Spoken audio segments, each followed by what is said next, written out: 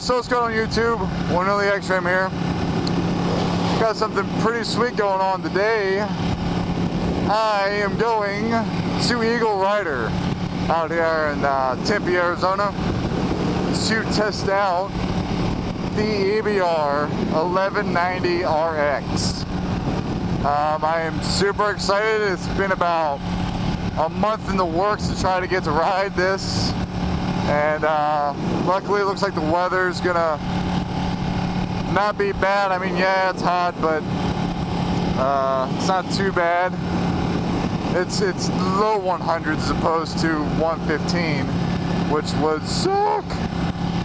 So yeah, really psyched to see how this bike rides. Really excited to get some seat time on it.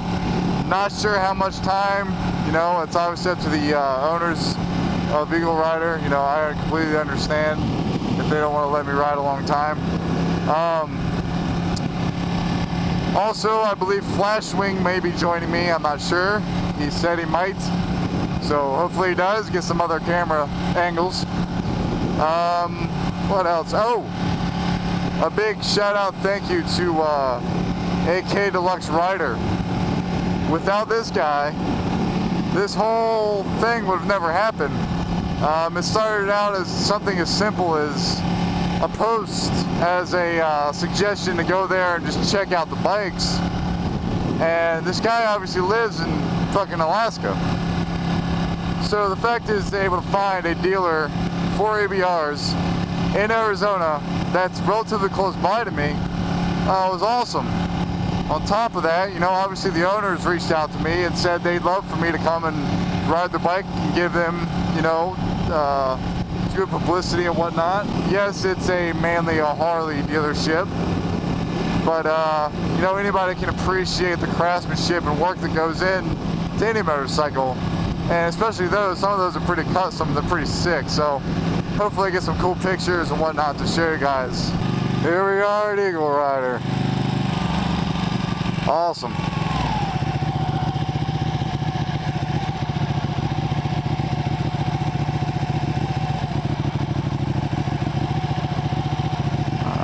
Sad.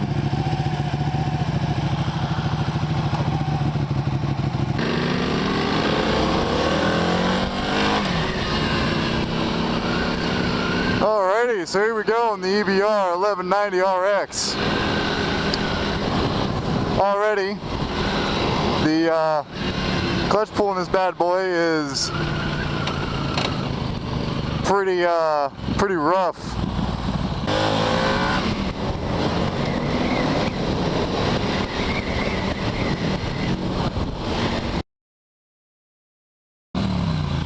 But yeah, so this little bit I'll be getting used to it, and then I'll be able to talk about it a little bit better because it is so new and so random. This is the first ride on this bike that this company has.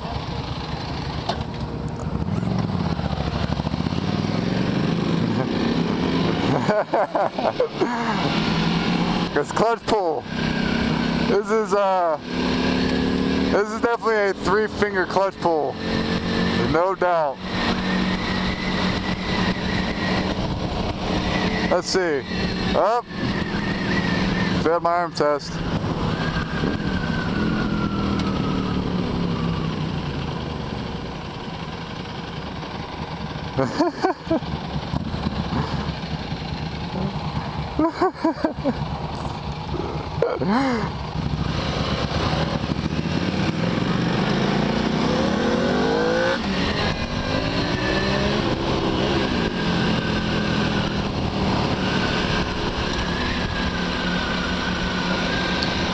So the launch off the line is pretty, it's smooth. It's honestly a lot less brutal than the 1199 is. I honestly feel like it has a good bit more low-end torque. I mean, that's obviously what all the professional riders and all them said. What's that? It's starting right. I don't need your help stalling.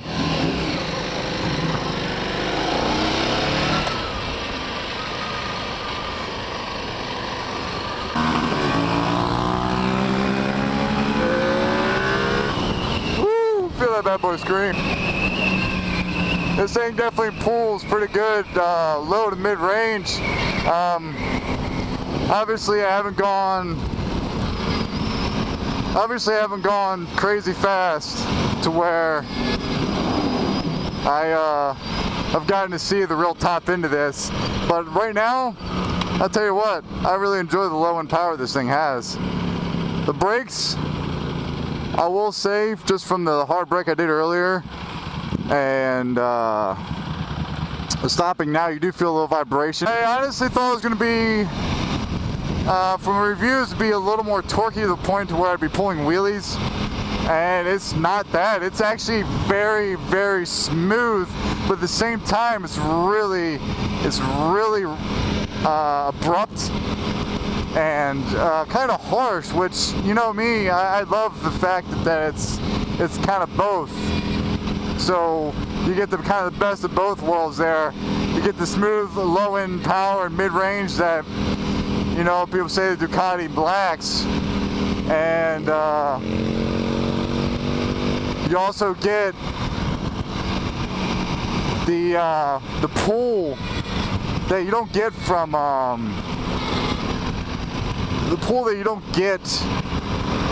the S1000 RR, because that's such a smooth riding bike. This still has that little grunt, that little rawness to it that I really enjoy, you know. Woo. Careful.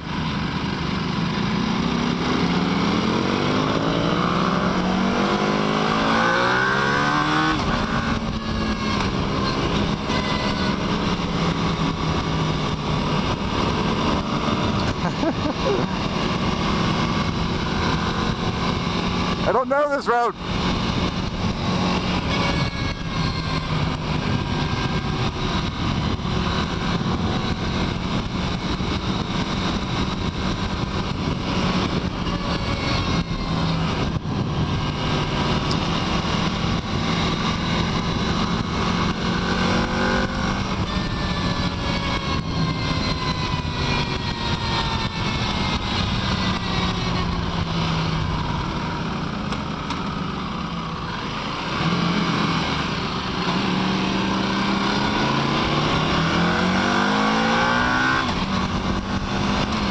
I don't think there's a quick shifter on this thing.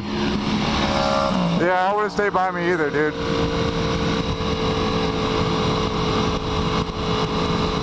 I tell you what though, this bike handles beautifully. I got one of the faster bikes here and everybody's ahead of me, which I don't mind. I love the sound of this thing though. The sound this bad boy makes is beautiful. Alright, so we're going to test some slow speed turns here. I feel like I'm riding like a noob because of how just random and different this bike is. It's so different that it's tough.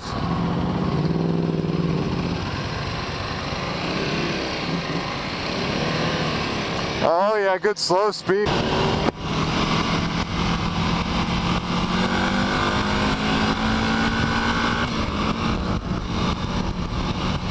I will say this, as long as you don't look down at the gauge cluster, you're good, because if you look down at the gauge cluster, it's going to tell you that it takes a second for the gears to change and read and whatnot. So that right there makes it a little on the difficult side to tell if you're one of those people that like to look down, see what gear you're in. So, you know, I can throw numbers out at you. I can tell you that, you know, this bike puts out 189 horsepower, 101 foot-pounds of torque. And whether that means anything to you or not, you know, obviously some people don't like it. Cycle World did a dyno run on it. It did 161 horsepower, I believe, and 70-ish foot-pounds of torque. So yeah, obviously the numbers are lower, but it's still, this thing still pulls amazingly. It still has a great power band that, you know, with the L-twin of the Ducati is lacking. this thing honestly makes up for it.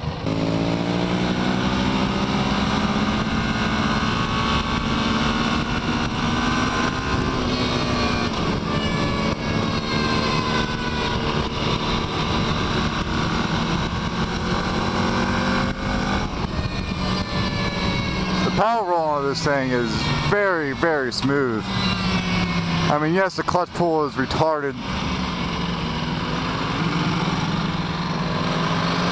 but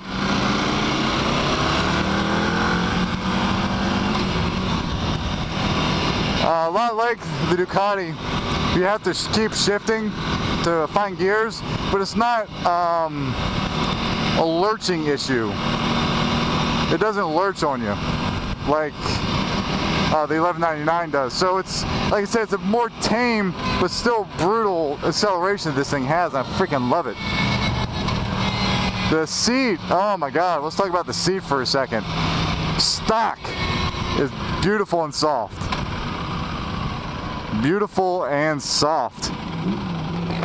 I like it. The seat on this thing is beautiful, straight from the factory. It's honestly on par with the BMW seat. I'll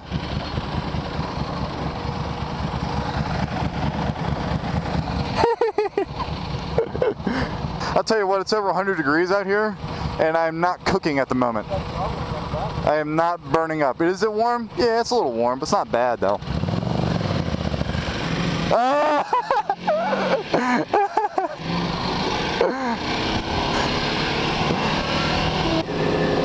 Alright, so let's talk a little more about this bike. The ergonomics. I went into this kind of thinking I'd compare it more to the RC8 as far as the ergonomics and the comfortability of it go. And I was actually kind of right in that assumption. The handlebars, like the RC8, are slope back. They put you in this nice, not too harsh forward, but still mildly forward riding position, which is actually pretty damn comfortable. The foot pegs have a ton of grip on them. They're really nice foot pegs. I enjoy these foot pegs. The position of them are also not cramped up, but not stretched out. It's a very comfortable riding bike. I believe the brake pedal and the shifter lever are also adjustable. So, you know, you're trying to get it to fit to you as a rider. There are a lot of riding modes that this bike also has. There's a lot of suspension, steering, not steering, but suspension dampening and engine braking controls that you can do and change on this that, you know, I'm probably not going to have the chance to get to go through, because this is a brand new bike. I'm putting miles on this thing, and, you know, I'm trying to just kind of get a feel for her. I'm not the only one that stalls.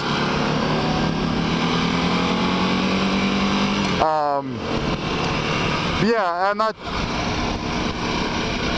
going to be able to get to play with all of the electronic modes that are in this thing.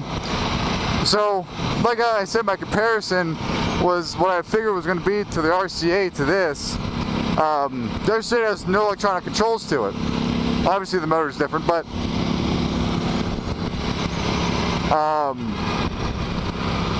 this has electronic aids.